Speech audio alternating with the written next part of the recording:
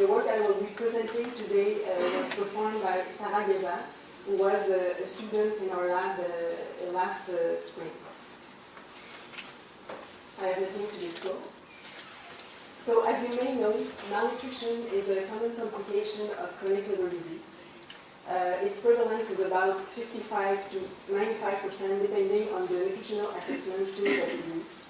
Malnutrition is also an important prognostic factor influencing clinical outcome, and it's a consequence of metabolic disturbances.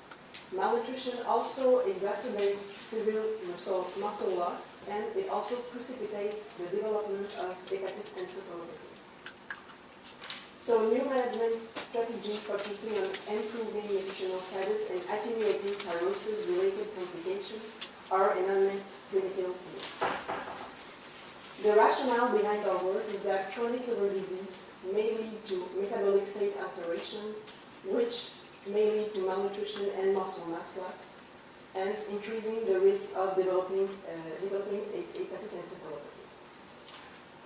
Considering that muscle mass loss may increase the risk of developing HE, there are several reports that report that muscle mass optimization could be important. So, for example, we have that leucine-enriched branched-chain amino acid supplementation increases muscle mass in cirrhotic patients.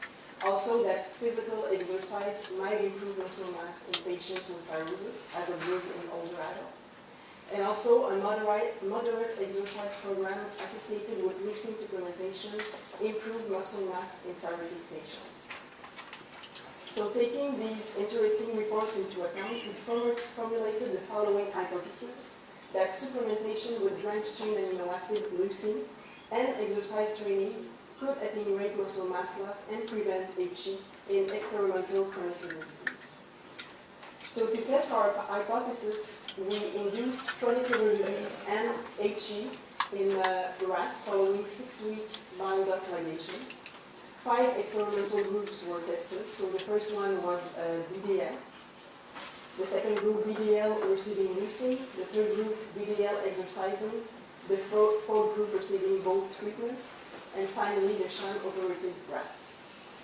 Leucine was administered daily at a dose of 1.35 milligram per kilogram by gavage.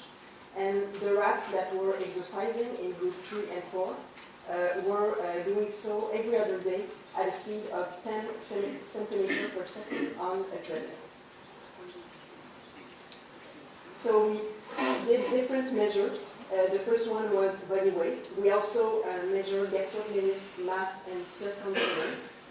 The gastrocnemius muscle is located right here in the leg. We also measured metabolic state by doing an estimation of energy expenditure independent of food intake and fecal mass. We also measured cerebral edema by the specific and sensitive gravimetry method.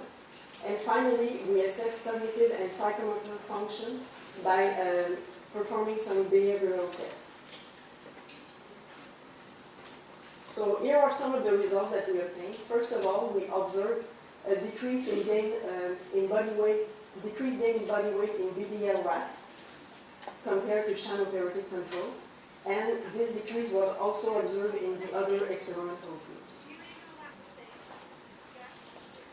Secondly, we observed a decrease in the gastrocnemius mass in BDL rats compared to sham-operated control.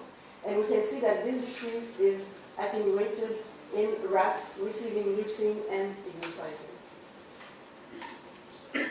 Similarly, when we look at the circumference, we see that it's a similar pattern as the muscle mass. In BDL rats, we have a decrease compared to the sham-operated controls and an increase in BDL rats receiving both treatments. Then we looked at metabolic state. So we can see here on this slide that in BDL rats, there is an increase in the metabolic activity, in the estimation of metabolic activity when we compare to the sham rats. And interestingly, we can see that rats that are receiving leucine and exercising show that this hypermetabolism is attenuated. Then we looked at rainwater content. We can see that rats receiving leucine show a decrease in rainwater content, and that this decrease, there is a further decrease in rats receiving leucine and exercising. To assess hepatic encephalopathy in another fashion, we used behavioral tests. So the first one was to assess short-term memory. So to evaluate short-term memory, we used a novel object recognition test.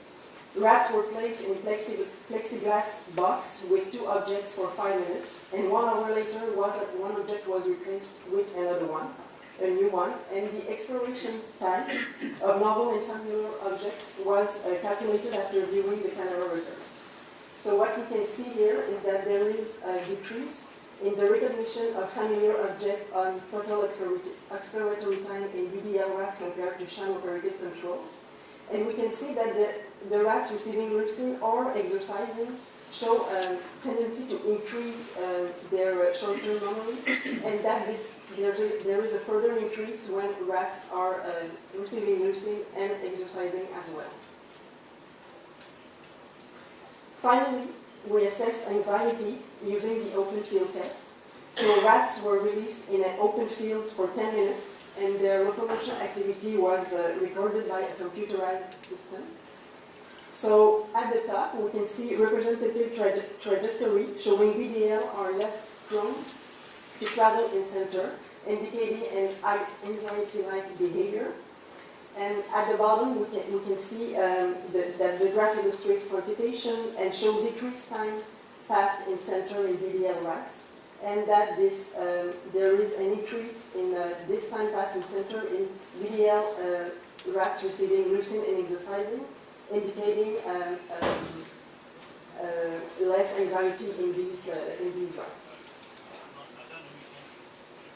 So, in conclusion, we had shown that leucine prevents brain edema and ameliorates short-term memory in our experimental model, and that exercise training ameliorates short-term memory. But more importantly, what our results suggest is that supplemental leucine along with exercise training reduce body weight and muscle mass loss, improve metabolic activity, attenuate brain edema, and improve cognitive and psychomotor functions. So strategies aiming at improving nutritional status attenuate muscle mass loss, reduce the risk of developing HE, improve quality of life, and decrease mortality in chronic liver disease. So leucine supplementation and exercise could rapidly be translated into clinical practice. So I would like to thank all the members of the labs, especially Marc-André and Christina, who performed the surgeries and worked very hard for the behavioral tests. Also Melanie for all her help, and also Chris for our stimulating scientific conversations. And I would like to thank you for your attention. Thank you.